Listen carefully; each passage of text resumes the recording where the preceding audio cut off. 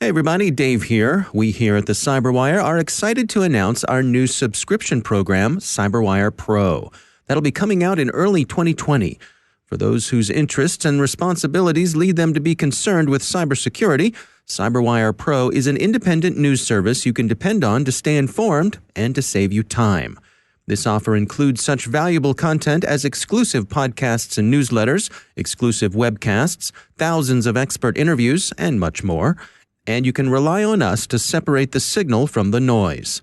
Sign up to be one of the first in the know about the CyberWire Pro release at thecyberwire.com/pro. That's thecyberwire.com/pro.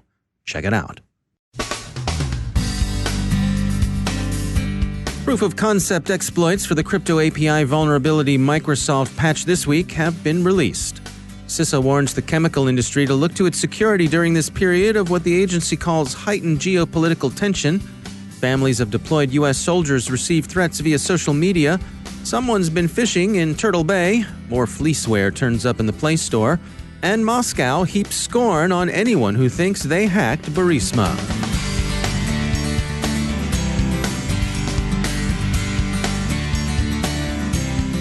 And now a word from our sponsor, Privacy Guard.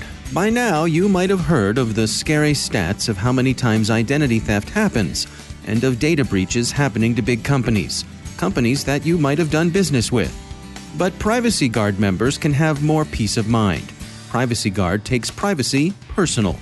Protecting your privacy means protecting the integrity of your name, your reputation, and your identity. Privacy Guard is a comprehensive, personalized privacy protection service that helps protect you from identity theft. Privacy Guard's public and dark web scanning will keep an eye on your private information. Plus, with Privacy Guard's 24/7 triple bureau credit monitoring, you can be alerted if a certain change to your credit score occurs, which could be an indication of identity theft. Your identity and privacy belong to you.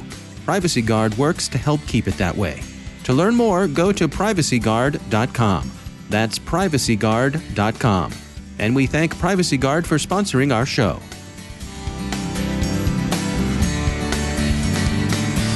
Funding for this CyberWire podcast is made possible in part by McAfee. Security fueled by insight. Intelligence lets you respond to your environment. Insights empower you to change it. Identify with machine learning. Defend and correct with deep learning. Anticipate with artificial intelligence. McAfee, the device-to-cloud cybersecurity company. Go to mcafee.com/insights. From the CyberWire studios at Data Tribe, I'm Dave Bittner with your CyberWire summary for Thursday, January 16th, 2020. CRN offers a rundown of opinion to the effect that reaction to CVE 2020-0601 has been overblown. And to be sure, the NSA disclosed Windows crypto flaw is not apocalyptic, but it's nonetheless one that should be patched without delay. Some of those reactions seem to come down to, well, if this bug is as serious as NSA says it is, then why did NSA tell everyone about it instead of quietly putting it to use? So, okay, persist in Fort Meade skepticism if you must, but don't disregard the common sense precaution of patching the flaw. Microsoft classed the vulnerability as important, even though Redmond had seen no sign of its exploitation in the wild. Such exploitation has grown likelier. ZDNet reports that 2 proof-of-concept exploits of the crypto API bug have already appeared, and they add that the vulnerability is now being called Curveball. Others, following researcher Ken White, refer to the vulnerability as Chain of Fools. We'll stick with Curveball, provisionally. The first Curveball exploit was posted to GitHub by researchers from Kudelski Security. It's a spoofing exploit that takes advantage of the way elliptic curve cryptography was implemented in Crypt32 DLL. As Kudelski explains it in their blog, quote, "We have been able to sign a certificate with arbitrary domain name and subject alternative names, and it will be recognized by Windows Crypto API as being a trusted certificate." End quote. The second proof of concept was placed on GitHub by Danish security researcher Olli Pohn. It too presents a method of spoofing certificates. The upshot of this is twofold. First, the proofs of concept virtually ensure, as ZDNet puts it, that the vulnerability will be exploited in the wild. And second, this should be obvious, do apply the patch. As the U.S. and presumably Iran continue to glare at one another with mutual suspicion in cyberspace, no significant attacks from either side have come to public attention. But the U.S. Cybersecurity and Infrastructure Security Agency, CISA, has cautioned the chemical industry that it could be subject to cyber attack and has offered advice on hardening itself against the threat. The warning is a follow-on to recent alerts during what CISA calls this period of heightened geopolitical tension. CISA doesn't cite specific indicators and warnings, and it hasn't mandated any steps by industry, but the advice the agency is offering the chemical industry would be sound at any time. CISA recommends increased vigilance. It also suggests that industry dust off its reporting procedures and practice its incident response plans. With respect to cyber threats, CISA recommends that critical information be backed up and stored offline, and that industry test its ability to revert to backups in the event of a cyber incident. It suggests that industry review its cybersecurity risk analysis and offers help to organizations that want it.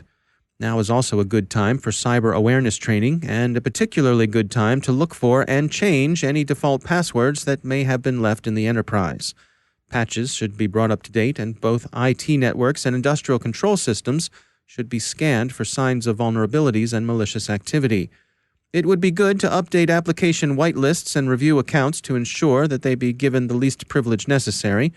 And finally, both incident response and business continuity plans should be reviewed and updated where necessary. There are countless options out there these days when it comes to cybersecurity tools, and everyone says their tool is, of course, the best. It can be impractical and daunting to wade through all of the available offerings. The folks at Avants rely on a network of what they call trusted advisors to help organizations navigate the field. Ron Heyman is Chief Cloud Officer and COO at Avants. So a trusted advisor, when they come and work with you, they represent about 300 providers. Now, obviously, not all of them will be security, but they have a portfolio of providers. And what we like about this process is they can help you ethically pit the industry against itself and find the very best provider for you. And the trusted advisor has access to, in the case of Avants engineers, which we have 12 of. And then they also have access to the engineering staff of the different service providers. And so they're able to essentially do an RFP, get all of the requirements, and then leverage our engineering team to figure out what the best 2 or 3 providers are that are laser focused in that particular area. And then we bring them hand in hand with the trusted advisor to the customer, and we let them pick out who they think is the best fit for them culturally, or maybe based on price, or whatever it is that's making them make that buying decision. I'm imagining that this could be particularly helpful to small and medium-sized businesses. Is that an accurate assessment? Yes, it is. It's an underserved market, small and medium, especially when it comes to cyber and just IT in general. And so we've seen a pretty big MSP movement, but more important than the MSP movement is the managed security service provider movement, because that is something that these small and medium businesses can no longer afford to ignore.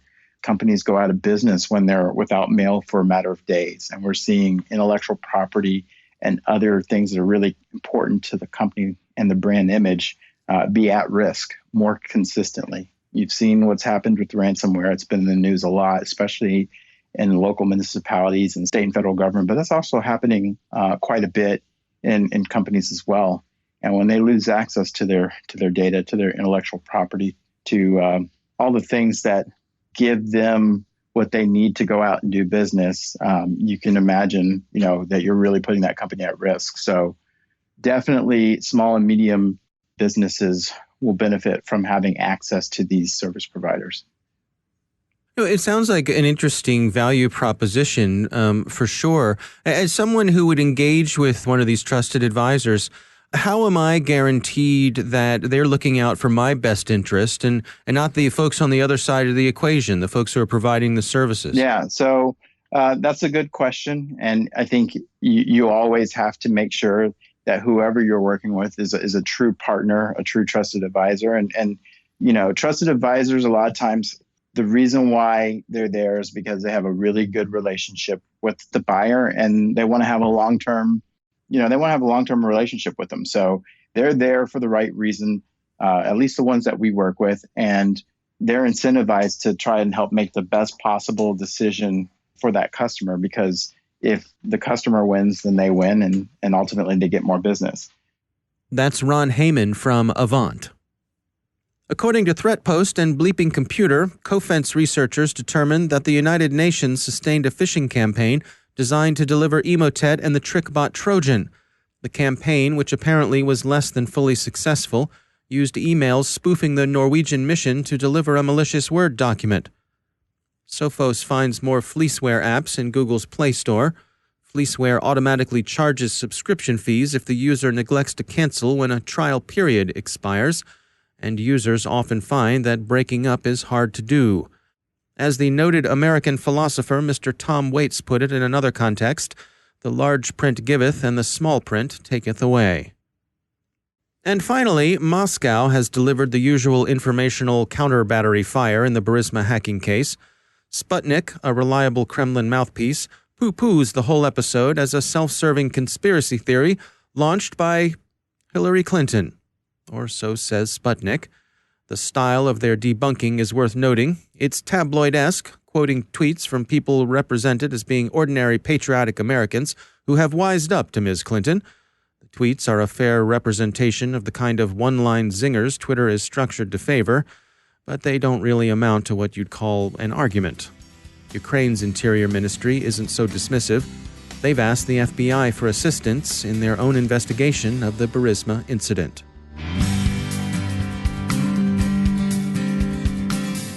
And now, a word from our sponsor, LastPass. LastPass is an award-winning security solution that helps millions of individuals and over 61,000 organizations navigate their online lives easily and securely. Businesses can maximize productivity while still maintaining effortless, strong security with LastPass. Each entry point in your organization can compromise your business's security.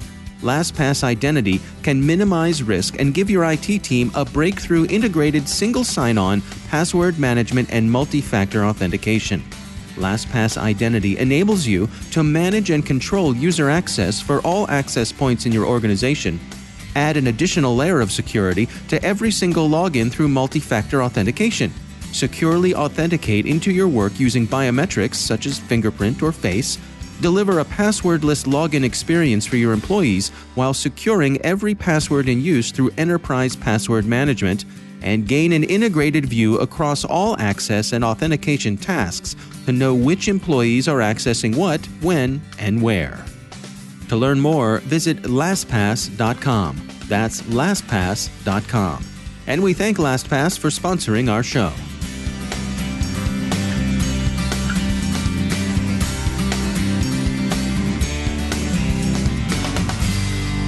And I'm pleased to be joined once again by Craig Williams. He's the Director of Talos Outreach at Cisco. Craig, always great to have you back. You all recently published a report here. It's titled, How Adversaries Use Politics for Compromise. Take us through what's going on here. What's one thing that's in common for most attacks that target the user? Right? I think if we sit back and let's look at this objectively, and then we'll dive into why politics are being used. But if you look at how users are targeted, particularly around the holidays, there tend to be certain things, right? If we look at the specific vectors, we'll see things like lottery type activity. We'll see deals. We'll see things around coupons. We'll potentially see things around like urgent, right? Like urgent, click here, you may have won $1 million, or urgent, click here, to download your free copy of Star Wars episode, whatever. Yeah. I'm a huge fan. That would work on me. So what they all have in common is they want people to respond emotionally. Right. Right. And they want people to respond in a way that they're just going to click without thinking about it. It's a lot like gambling, right? If you look at the way gambling works in successful machines, they don't just say you won or lose. They want to imply you may have lost, but you just lost. Right? Like, look at the spinner dial. It's right next to the win sign. That's how close you came. And, give you that feeling of, oh, well, if I just try one more time, I'm going to get it. Right. And so that's the kind of response these scammers want. They want someone to not think about it, to not think logically, to take all these lessons that we've learned. Right? If it's too good to be true, it probably is. Check the URL before you click on it. They don't want you to think about that. They want you to think, oh, whoa, that's somebody wrong on the internet, or that's something I need to win, and click. Right. Wind me up. Yeah. Right. And so if we look at things that wind people up, say, hypothetically this last quarter, there might be, I don't know, one or two political things. No. Yeah, I mean, maybe. Really? You know what? I right. think I saw something on the news. We'll go with a hypothetical. Proceed. Yes. And so the natural evolution to this was to basically target politics. And so we started looking around at different malware campaigns that had political drivers. And what we found was just a truly astonishing number in both variety and amount. And the variety we saw was absolutely stunning and absolutely hilarious. I don't know if you've had a chance to look at the post, but we had a dancing Hillary. We had a winking Putin. We, of course, had a truly astounding amount with negative commentary and implications around the U.S. president. Right. It's very strange why they would do that. But there's something for everyone here, right? Absolutely. No matter your political persuasion. Yeah, if you're a Russian agent, if you're... yeah, something to get your motor running. Right. And so that's exactly the goal, right? The goal is not to actually exchange political discourse, which is what every, non-technical American might want to do, right? They see their political opponent and they immediately want to explain to you, hey, something's wrong on the internet, right? We all know the famous XKCD comic. Well, that feeling is a thing. We all have felt that, right? I mean, how many times have you been sitting there in public and someone says something silly like, I don't run antivirus for my computer. I don't believe in vaccines. And like your eye just starts to twitch.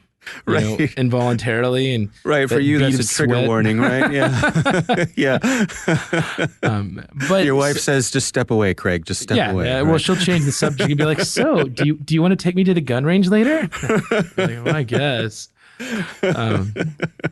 But so it's things like that they want to respond. They want to have people respond emotionally with, so that they don't follow best practices.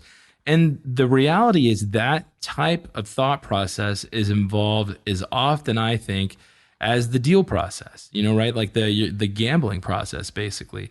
I think they're very similar, and they're probably connected at some psychological level that I don't know about because I didn't pursue that level of education. So if anybody out there has any, I'd love to debate it on Twitter.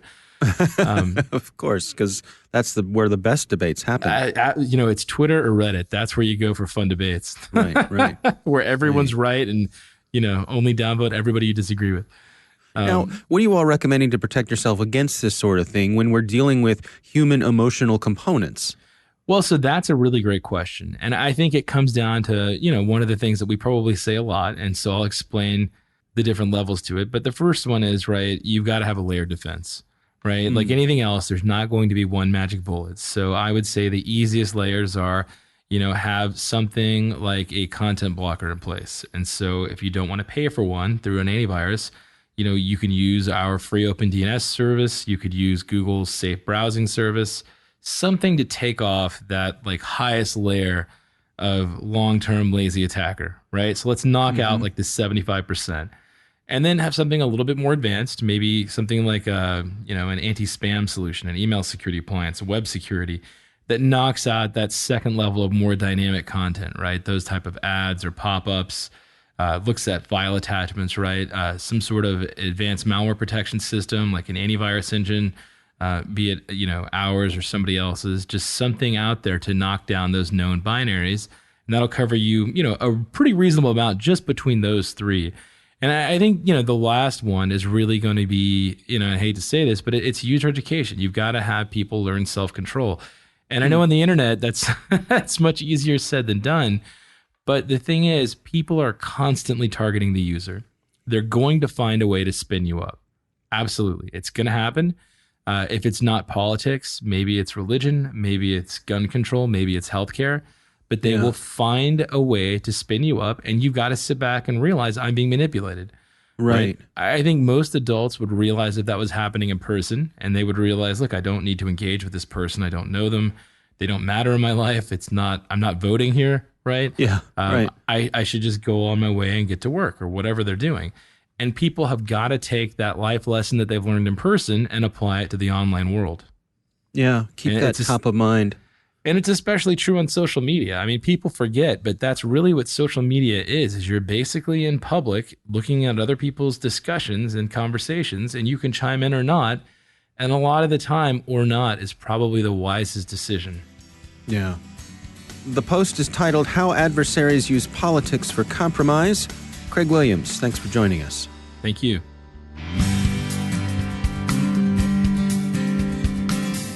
And that's the CyberWire. For links to all of today's stories, check out our daily news brief at thecyberwire.com. Thanks to all of our sponsors for making the CyberWire possible, especially our supporting sponsor, Observit, the leading insider threat management platform. Learn more at observit.com. The CyberWire podcast is proudly produced in Maryland out of the startup studios of Data Tribe, where they're co-building the next generation of cybersecurity teams and technologies. Our amazing CyberWire team is Elliot Peltzman, Peru Prakash, Stefan Vaziri, Kelsey Bond, Tim Nodar, Joe Kerrigan, Carol Terrio, Ben Yellen, Nick Valecki, Bennett Moe, Chris Russell, John Petrick, Jennifer Iben, Peter Kilpie, Sammy the Wonder Dog, and I'm Dave Bittner. Thanks for listening.